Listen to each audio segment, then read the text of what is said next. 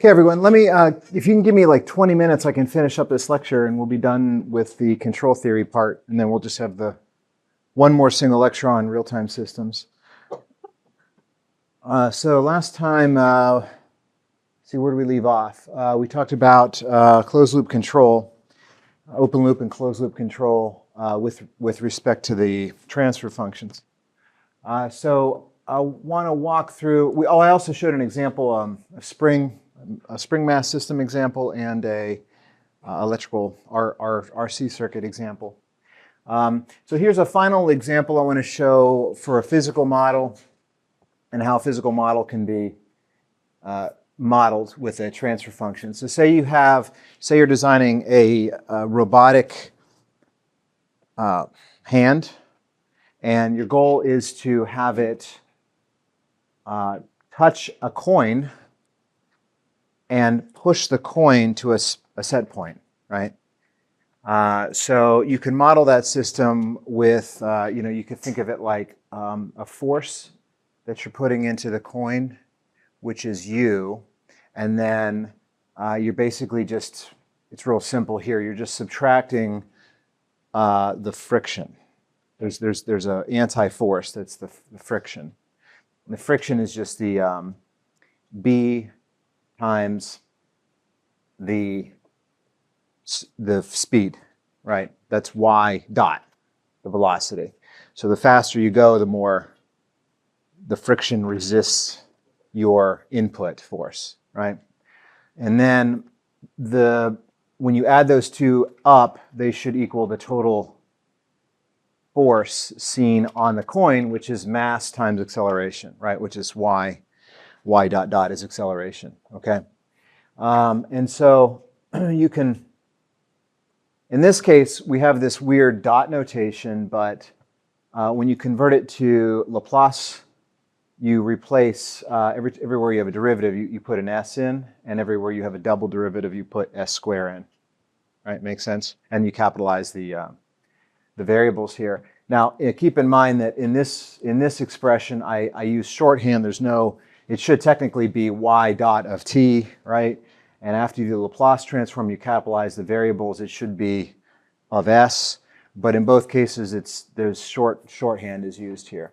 So once you get it into Laplace, you can calculate the transfer function just using algebra. Remember that it's y, which is the position of the coin. That's your output. And u is the force that the robot's hand's putting on the coin. That's your input. Okay? So it's y over u. And then you can represent that as a ratio, a transfer function in s. So in this case, it's 1 over ms squared plus bs. Now remember that m and b are constants here. So the fact that we're multiplying s by m doesn't violate the linearity of the system because m is a constant. If m were a variable, a signal, then you couldn't, you wouldn't want, you wouldn't want any of those on the right-hand side of the expression of the transfer function. Does that make sense? Okay, so anyway, yeah, so I just used some algebra here. Y over u is, just to rearrange the equation, y over u is 1 over ms squared plus bs, and I factored s out of the denominator just so I could find the roots, which is the poles. So I factored s out. I got s times s plus b over m. And so the poles here obviously would be s when s is 0 or when s is minus b over m. Right? So those are your poles. So I have that listed here. This system is unstable because you have a pole with a real component at 0, which means not all the poles are in the left-hand plane. Now you might say, wait a minute, how does a coin be unstable? That doesn't make any sense. I was confused by that too. Why is a coin represent an unstable system? Well, because if you put a step response in, this is your input and this is your output.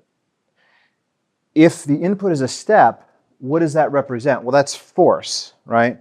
So you're going from 0 force the one force, and then you keep putting one force in consistently. So what ends up happening is that the coin, if you look on this side, this is your output, this is the position of the coin, it sort of just keeps moving because you're putting a constant force on it, right? And in fact, the longer you keep that force on there, the faster it's going to go. And so it's unbounded. So technically, even though you're just doing something as simple as pushing a coin, it's still an unbounded transfer function, right? So what is our goal then here is we want to design the controller for the robotic hand where the robotic hand will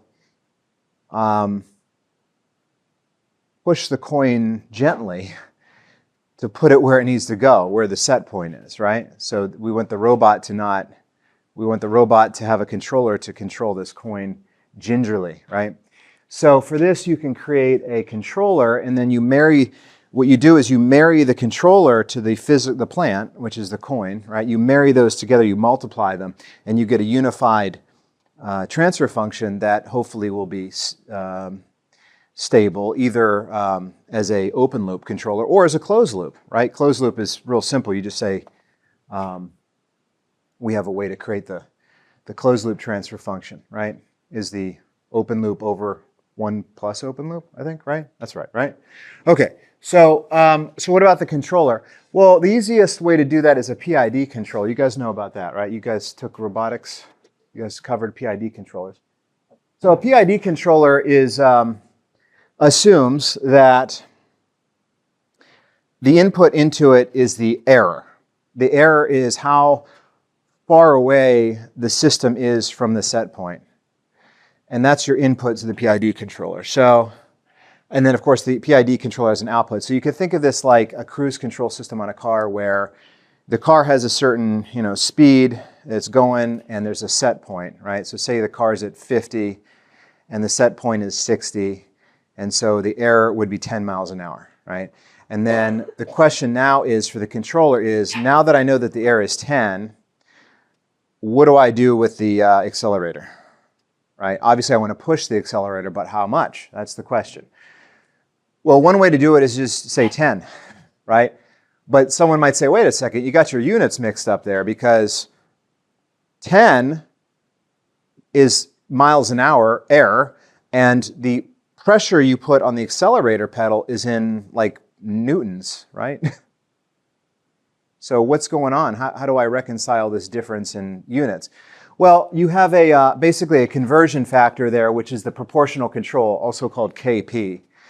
So basically what that does is say, well, if you're 10 miles an hour off, then you got to put X number of newtons on the accelerator. And then eventually the car will speed up and the air will come down, the air will reduce. And as the air reduces, the pressure you put on the accelerator will proportionally reduce, right? So as you get closer to your set point, you're going to ease off the accelerator, right? So, right? Problem solved, right? Well, not really. The problem is, I think that wouldn't be too bad of an approach. That would be called a proportional controller. Wouldn't be too bad if there were no disturbances, or if the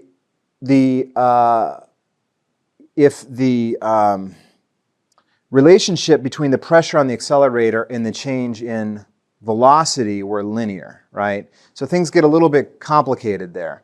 So for that reason, there's other terms. There is also a derivative control as well.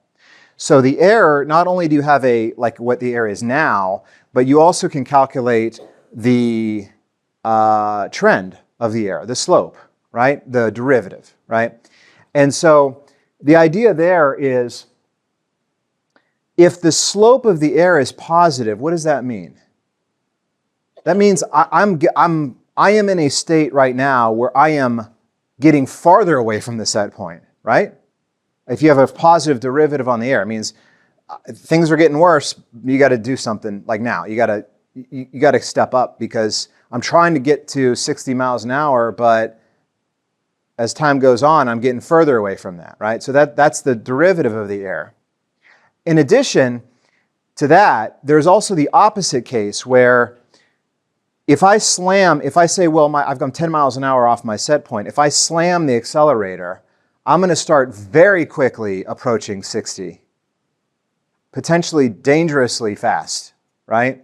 In which case the air will be negative, the derivative of the air will be negative, and it will be a big negative. That's also a problem. We don't necessarily want to have a big negative derivative on air. So, because basically, what that means is that as you're approaching the set point, you need to kind of let off a little bit. Otherwise, you're going to risk overshooting. In other words, when you approach the set point, you want to sort of ease into it, right? So you want your slope of the air to level out. You sort of want to asymptote. You want to ease into it, right? So that's the proportion, that's the derivative of the air. And then there's the integral of the air, which is basically how long we've spent away from the set point, right? How much time. So the integral is going to tell you the farther away you are from the set point for the most amount of time as you accumulate air, you should start to get a little antsy, right? So as that integral, if that integral is big, it means I've been away from our set point for a while now. Something's not working. I'm going to have to slam it. I'm going to have to get moving here, right? That's the integral. So you have the proportional, derivative, and integral terms, all of which just come from E. Now you might say, wait a second, hold on. I didn't see an integrator. Like when you did the closed loop feedback, where was the integrator? Where are you keeping this information? It's just, it's part of the controller. The controller would have to calculate the integral and the derivative of the air. The only thing we have in the feedback loop is the air, right? You guys with me?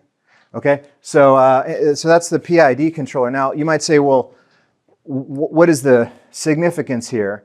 Well, the significance of this PID controller, for the purpose of this lecture, is that the PID controller itself is an LTI system, and you can make a transfer function out of it, right?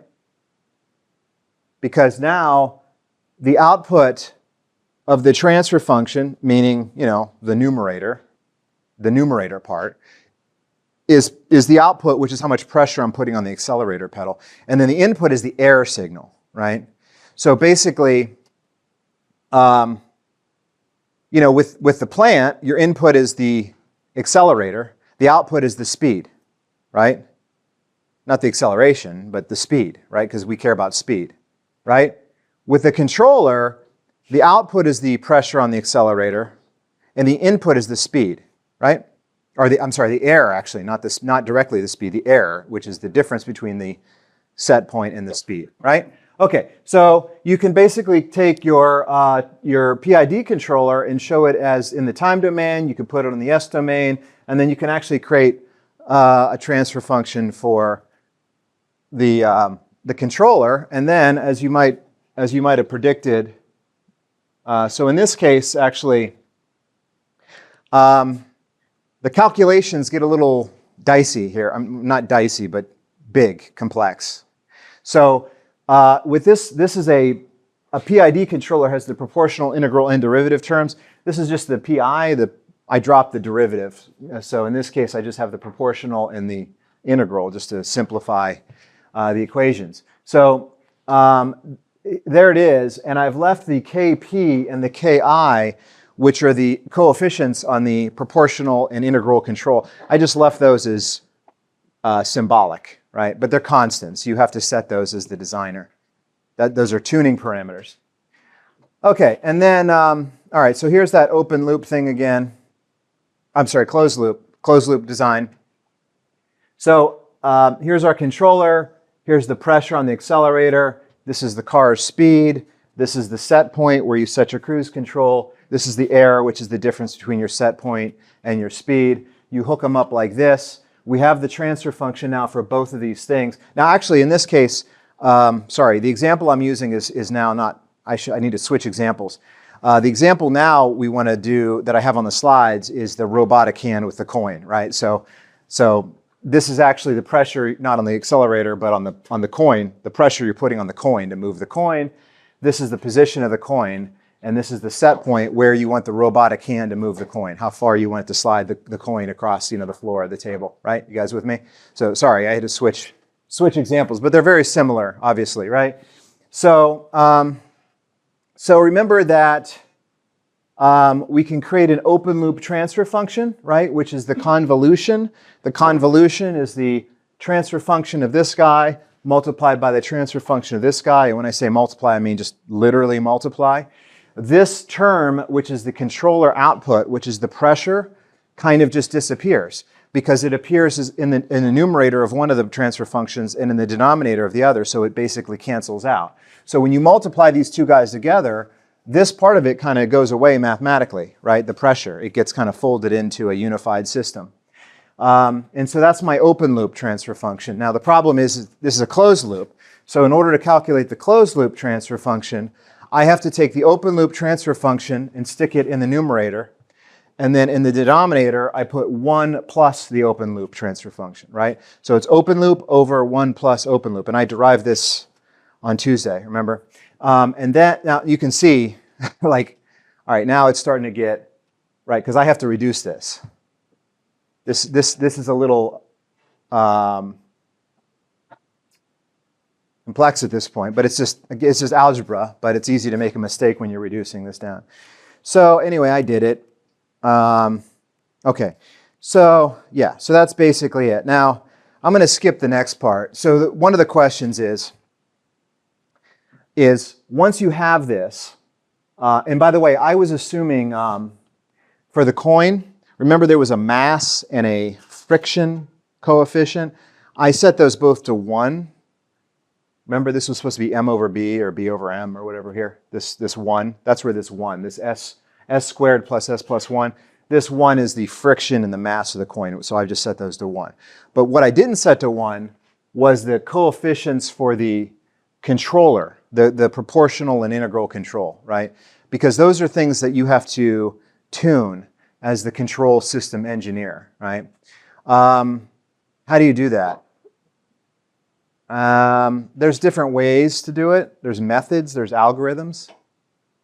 I used a really kind of naive mathematical approach, but it's not really that relevant. Normally you do this with off-the-shelf software like MATLAB. But what are you actually trying to tune though? I mean, what is your objective when you're setting those control? Well, what you're trying to do there is you're trying to basically make the system responsive. So if you have the, what is your goal with the robotic hand? Well, you want it to get the coin where you want it to go as quickly as possible, right? But you also don't want it to have to overshoot and come back, right? And you want it to be robust to disturbances, like if someone blows air on the coin and someone's being a dick and going on the coin, while the robot's trying to move it, right? You want it to, that's the kind of your goal as the control system engineer, right? So one of the ways that you can visualize that, for example, is if you look at, like, for example, the impulse response.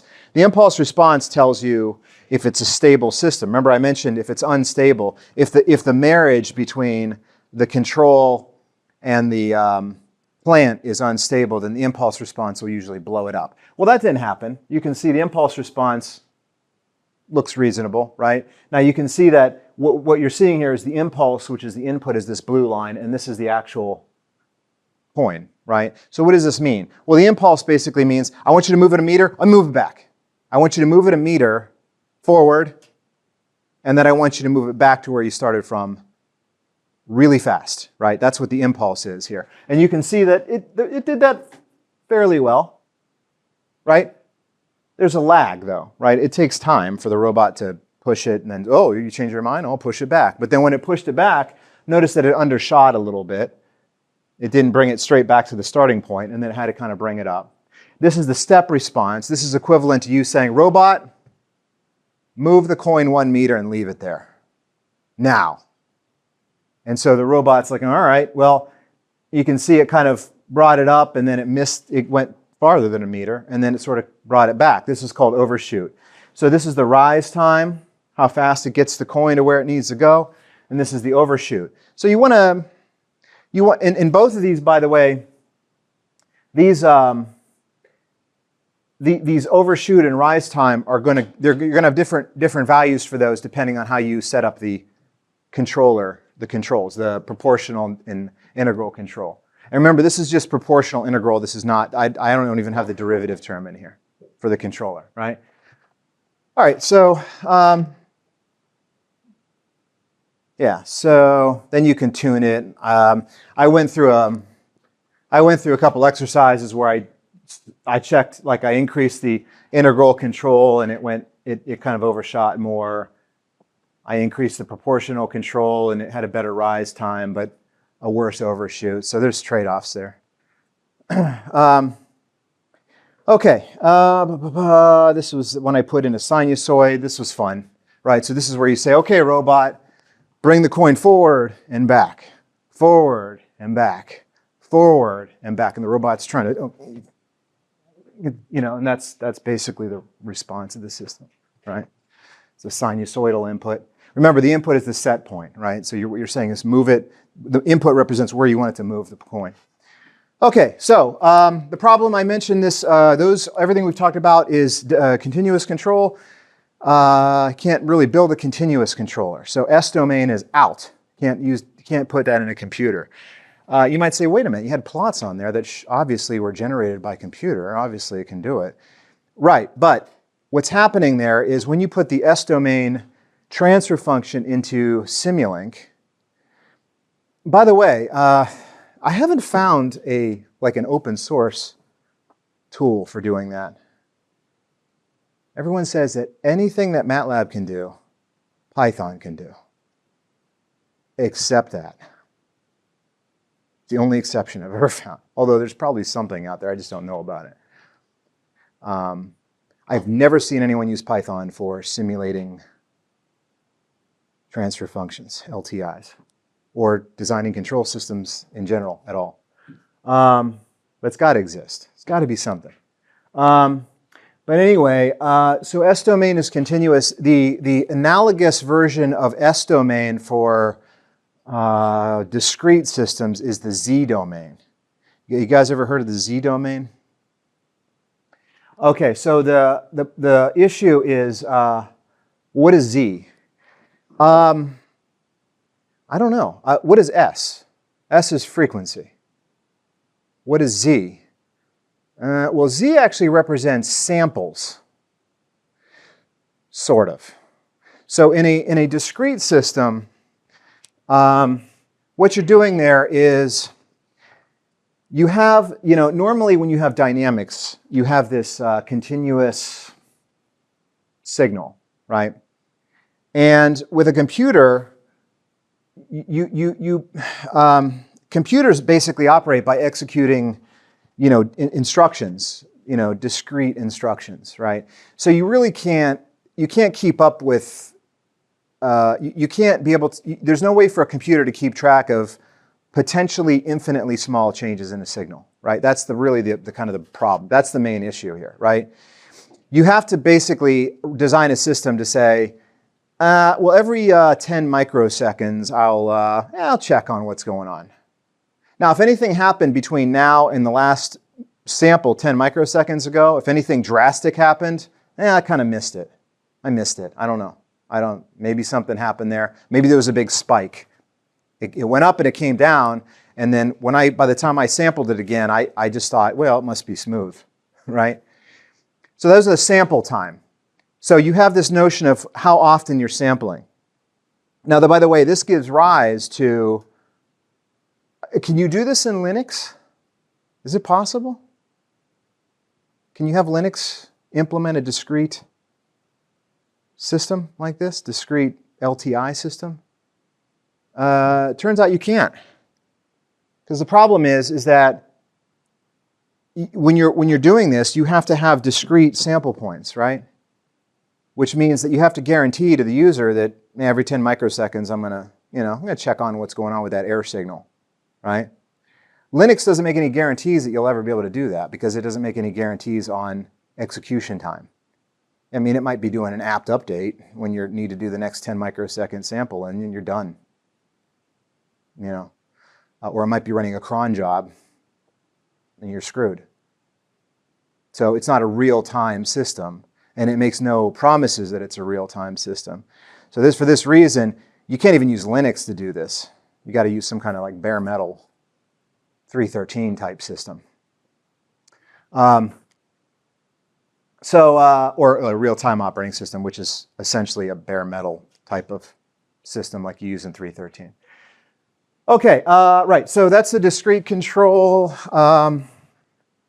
All right, so let me come back here. So Z, so if you have a signal in the discrete domain, they use square brackets instead of round brackets.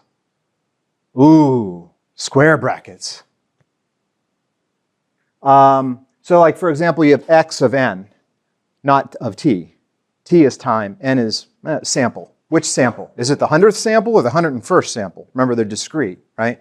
So n is a sample, x of n. And then if you have z to the negative first power, z minus 1, or 1 over z, and you multiply that by a x of z. Now let me back up here.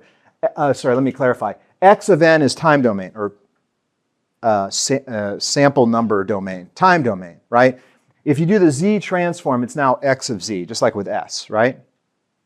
And notice I use round parentheses for that. I think that might be right, hopefully, right? So x of z is the z domain of the x signal, which is discrete.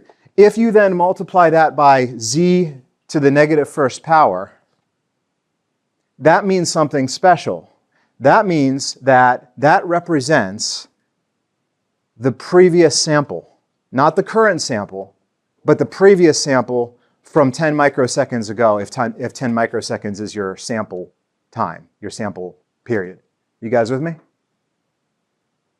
That's kind of cool. That's convenient, right? Because that gives you, you know what's neat about that is that gives you a way in software to directly implement this in software. Because what is it? It's a shift register. Like in 611, we use shift registers, right? Pipeline registers, like you guys used in 611. That's what that is. It's just saying x, z to the negative first power is the sample from one cycle ago, one sample ago, right? Likewise, if you have z to the negative second power, that's 2 samples ago. It's just a delay. It's a delay element, or what computer architecture guys call a pipeline register or a shift register, right? It's kind of cool, right? But what if you have z to the first power and you multiply that by x of z? Well, now you've got a problem, because that requires a crystal ball, because that means one sample in the future, and that's impossible.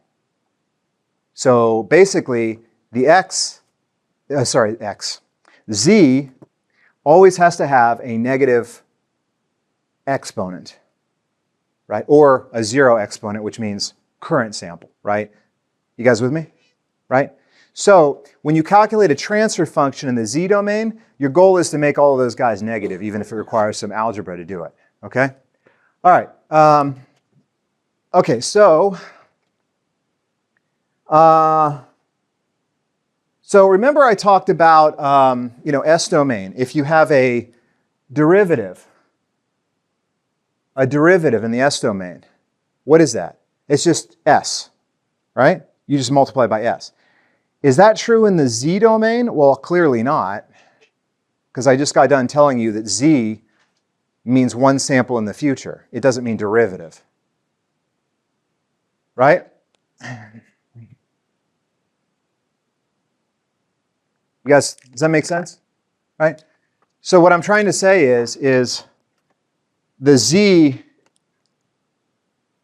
is different from S. You can't just say, you can't multiply by Z to do a derivative. So how do you do a derivative in the Z domain?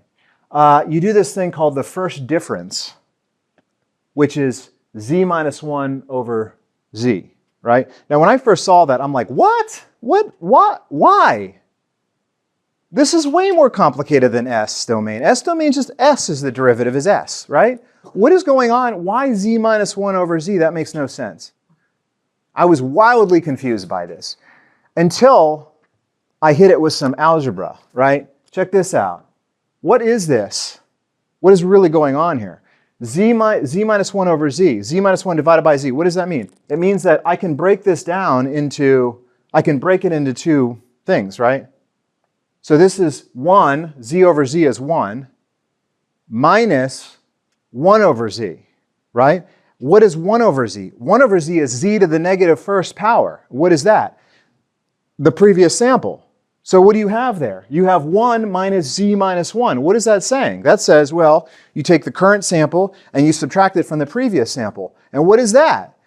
That's the derivative, right? That's the change. Represents the change in value in the last time step, right? That's pretty cool, right? Well, that makes sense now. Now after I realized that, I was comfortable with this, right?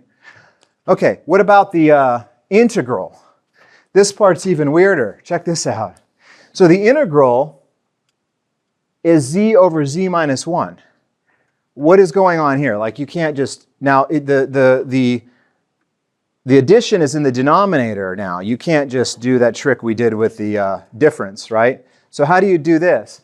Well, it's still a divide, right? So you basically take z minus 1 and divide it into z, right? What is that? Well, it's 1, but there's a remainder of 1. Right? So this is how you make a remainder, right? 1 is the quotient, and then the remainder is 1, and the remainder is then you have to divide it by the original denominator, right? You guys with me? That's just a remainder, that's just a quotient. Okay, so then you can do it again. Z minus 1 into 1. And now, check this out. If I take z minus 1 and divide it into 1, remember I divided it into z last time. Now I'm dividing it into 1. What happens now? Now my quotient is z to the negative 1. Why? Because z minus 1 times z is 1, right? But again, I have a remainder. The remainder from this division is z to the minus 1, right? So now I have z to the minus 1 plus z to the minus 1 over z minus 1, right? I don't know if you can see where this is going. So basically, you keep doing this, and you keep doing this, and it goes endlessly. And what you end up having here is basically what this expands to is it's an infinitely expanding series, but it's 1 plus z minus 1 plus z minus 2 plus z minus 3 plus z minus 4 forever. And what is that? Well, that's the integral. That's basically just saying I'm accumulating all the samples, right? Obviously, you can only go back to time equals 0, right? So that makes sense, right? You guys with that, right? Like if I'm sampling something and I just add up all the samples, that's just like taking the integral, right? Summation, accumulator, what us computer architectures like to call an accumulator, right? Okay, so what about if now here's the biggest problem. This is the everything leads to this. This is the climax of this, the crescendo, the denouement. The problem is all physical systems are governed by continuous differential equations, as I mentioned, right? So basically the coin, the accelerator, the pendulum, whatever you're trying to control, the rocket, you're trying to land a rocket on a launch pad. All of that is continuous. Computers, they're discrete. So now we have a problem because now, how do you marry together an S-domain plant and a Z-domain controller? How does that work? Well, it's kind of there's a couple ways, there's many ways to do it, but it's kind of an open problem, really, which is why that Elon Musk, crashed so many rockets, right?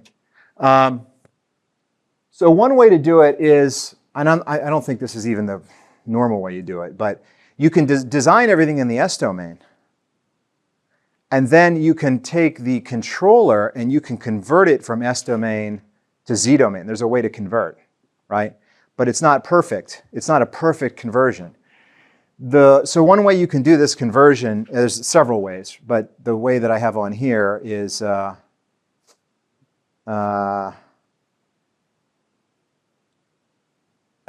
one way to do it is, in this case, if you have S, right? Remember that's derivative. And you can just convert that to Z minus 1 over Z. That's the derivative in the Z domain, right? Likewise, if you have 1 over S, then you can convert that to the integral, which is Z over Z minus 1, right? That's one way to do it, right? Just a direct substitution, right? So if you do that, let's see, what do I got here? So we have the differential equation, S-domain representation. This is the discrete representation. And this is the Z-domain representation, right? Right. So in this case, notice in the time domain, I have the first difference, which is the sample minus the previous sample. Over here, I have a summation instead of an integral, because summation is the discrete version of the integral sign, right? And then I can convert these to just their corresponding first difference and integral in the Z domain, right? Okay, so then, and then in this case, let's see, in this case, I did the same thing here.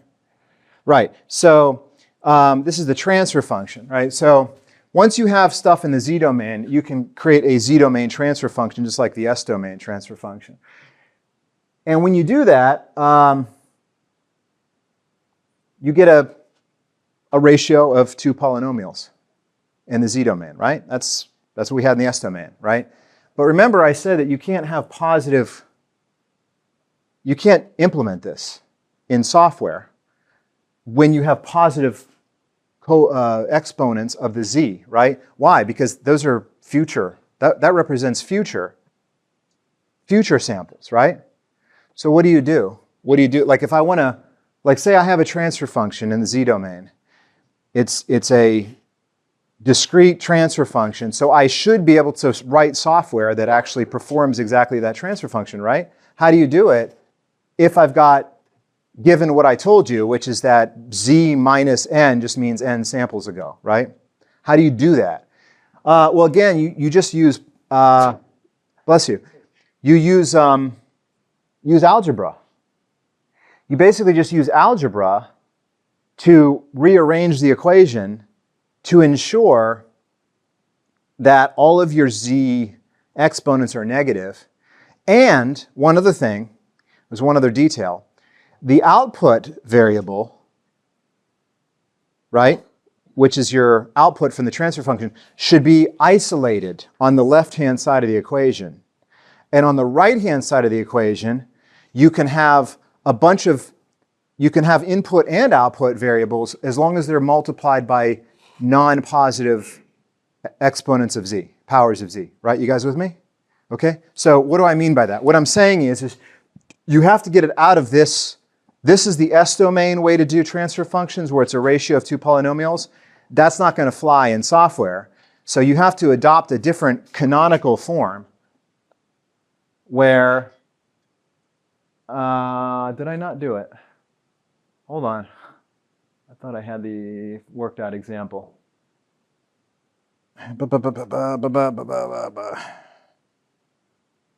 Yeah, here it is.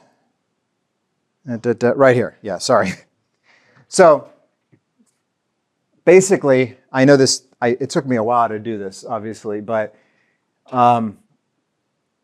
this is nothing but just the transfer function, but it's been reformulated so that y is on the left-hand side, right? What is that? That's the current output value, right, from the transfer function, right? And then on the left-hand side, I actually have u, which is the input, but I also have y, right? You might say, wait a second, that doesn't make any sense. How can the output of your transfer function actually be an independent variable in your equation? Because you record you have a memory. You remember the last, samples of output you put out there, right? So what this means is, basically what this means is my current output is going to be my current input, right? Multiplied by 1/6, plus my previous input multiplied by 1/3, plus 2 inputs ago multiplied by 1/6. Then check this out. This is my previous output, not input, right? This is the previous output that I had. That's valid. I can do this, right? I can remember what I outputted last sample, right? And I multiply that by 4/3, and then my 2 outputs ago, I multiply that by 1/3. You guys with me? So this equation is nothing more than just a reformulation of the z-domain transfer function, but it's structured in a way that I can directly write software. Now you might say, well, wait a second, whoa, what about the integral? I thought you were supposed to be like accumulating values from the beginning of time, right? Accumulating samples. Where's that at? Because all of your exponents are finite, and I thought you said that there's an infinite series of samples that you have to add up in order to create an integral. Yeah, it turns out you never actually have to do that, because the way the math works out, you only have to remember a few samples back. Even though this was originally a PID controller, but I never actually had to have an infinite accumulation. Why? It's how the algebra works, right? Although someone might naively create a PID controller where they have some kind of accumulator for the integral, but if you do it in the z-domain, it's not needed. Okay? All right, one final thing I want to mention. Yeah, I have some examples here where but before I get to that, one other thing I want to mention here. So there is another way to do this conversion. And so the problem is, what I showed you before was a little bit naive. What I mean by that is, what did I do? I went from S domain to Z domain by basically converting a derivative into a first difference. And I converted a derivative into a first difference and a integral into the Z domain integrals, Z over Z minus 1, right? Z over Z plus 1, right? Yeah, Z over Z plus 1, right? The problem is, there's an issue with that. The problem is remember I mentioned earlier about the time step. One of the differences between continuous and discrete is that when you're discretely sampling, something horrible could happen between samples that you don't notice.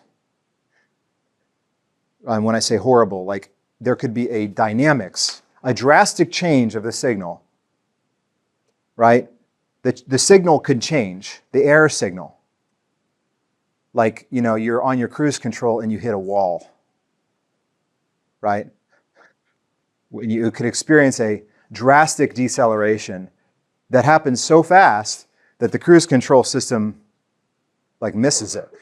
It doesn't sample fast enough to capture the slope of the line accurately, right? That's called the stiffness of a system. And basically what that means is that if your time step is too low, it blows up. The system can become unstable. You can design a system, but time step is, you try to run on Linux, and Linux is like, I can't really do a small time step, and even then I can't guarantee anything, right? So things blow up. So you need a way to consider the time step. And so that's this Tustin transform. Now, there's different transforms, but Tustin is just one of them. The idea is that another way to convert from S domain to Z domain, instead of just substituting the derivatives and the integrals, is you take S and you replace it with 2 over t times z minus 1 times z plus 1.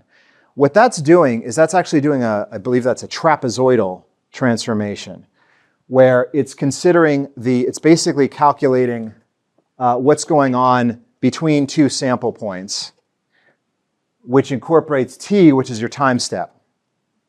You guys with me? This is a better way to do the conversion because it includes the effects of the time step. Okay, so basically if you have a physical model like this, you just replace S with that, right? And you can choose a time step. Okay, so that's another way to do the conversion. And once you do that, you can simulate. So I have some simulation results here. I did. We're not doing any of this in this class, but so, for example, here's a step response. And then if you look at this is a t = 1. This is a 1 second time step. So you can see that this is an unstable system. This is the coin example, actually, right? Yeah, this is the coin. This is when the robot basically puts a constant force, 1 Newton force on it and leaves 1 Newton force on it. And the coin goes, right? This is what happens. I already showed this one in the S domain. And in the Z domain, you can see the same thing happens, but it's sampled every second, right? So this is the Tustin transform of the coin example that I showed you, right? And the coin example was very simple. Force equals force I put in minus the friction force, right? That's all that is, right? Okay. And then, here's another example of this is actually also the robot. I worked out all the math, painstakingly worked everything out. And then I created the Z-domain transfer function. I put it into MATLAB. And so this is the PID, excuse me. This is the proportional and integral, PI controller. This is the PI controller for the robotic hand, for the coin, with a 1 second time step and obviously friction coefficient 1, mass 1, and then the 2 integral and proportional controls 1. Check it out. It goes like this, right? Looks kind of janky, right? But it works, right? But this is the time step I think is sufficient. It's sufficient to be stable, but it's not very, I wouldn't buy a robot that works like that. Not very effective. And then here's where I make the integral 1.5. It cleans it up a bit, right? Okay, so one final thing I want to mention. What about stability? So you can simulate this and look for stability, or the Z-domain. The Z-domain has, check this out. If you have a Z-domain, this is the last thing I want to talk about. If you have a Z-domain transfer function, how do you know if it's stable mathematically? I mean, you can simulate it and hit it with an impulse in Simulink, but if you don't have a MATLAB license, you're kind of out of luck there, right? So what happens if I have the transfer function, I want to know if it's stable. Can I look for poles? Do the poles matter? Not really, kind of. So a system with poles that are close to 0. And when I say 0, I'm talking about the origin. 0 as an imaginary number 0. Remember, it's an imaginary number, so real is horizontal, imaginary is vertical, right? If you're close to the origin on that plot with your poles, if all the poles are close, then the system will settle rapidly. What does that mean? I don't know. That's kind of subjective, I think, right? A system with poles that are close to the unit circle will settle slowly. Settle meaning, that oscillation around the set point, right? You guys with me? A system with poles right on the unit circle may have a sustained response, or with certain bounded inputs may have an ever-growing response. Well, that's kind of flaky, right? Systems with poles outside the unit circle will have a response that grows exponentially, meaning unbounded. So basically what this is saying is with an S-domain transfer function, if your poles are in the left side plane, all the real components of the poles are negative, yeah, it's stable, you're good.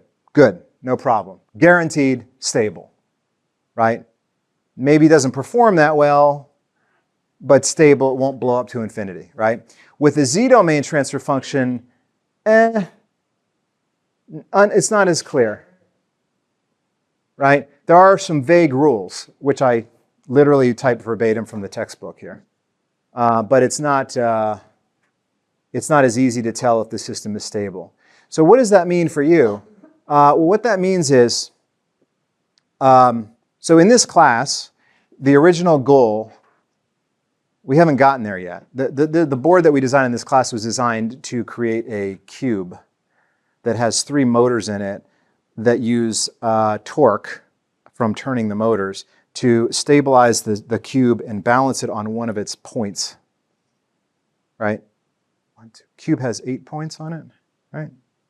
Yeah, right? There's 8 points on a cube. So we wanted to like have it balance on one of those points, right? The question is the ESP32 fast enough to do that? Everyone says, oh, ESP32 is powerful, 200 megahertz, you know. Yeah, but how does performance factor into this? The step size, T. So basically, if you design a controller, a PID controller, say, and you put it in the Z domain, you have to pick the step size. When you pick that step size, it changes the numbers in the transfer function. And then when you calculate the transfer function, you get like poles, right? The question is, how do you pick your T? Now, you guys might say, well, come on, man, just pick the smallest T, always, right? Well, no, because you may have, remember, there was 3 motors in the thing, right? Like, and we only know how to do single input, single output transfer functions here. So the ESP32 has other things to do, basically. You can't just set it to the lowest step size because then it'll be occupied with one controller and it won't be able to print anything or do anything else, right? So the idea is the original vision here was that you would have to figure out what the step size was using the Z domain in order to then put that into the cube and have it be able to balance based on a plant S domain transfer function model that would be the physics model for the cube, right? But we never figured that out because we don't know how to build a physics model for a cube.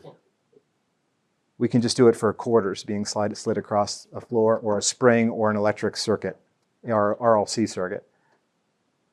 But ideally, if we had the physics for a cube and it was in the S domain, we could build all this, we could design all this math, we could literally design the controller mathematically and prove that it's stable, and also derive its rise time and settling time for a given controller, for a given step size, and then build it into software using the Z notation equations, right? That would be the dream here, but we haven't gotten to that point. So that's kind of the context of all this. Okay, you guys have any questions about this? Okay, so we have one more lecture after this, which is going to be, I'm going to talk about real-time systems, which is how do you guarantee that the step size is met when you design. You can mathematically create bounds to guarantee certain step sizes in real-time constraints. And that's our last lecture. And then the final exam will cover, you know, that material plus the stuff from the beginning of the semester. And then we have one more project after this, okay? Okay, thank you. Oh, and there's a quiz. Sorry, there's a quiz online too, due next Friday for this stuff. Thank you.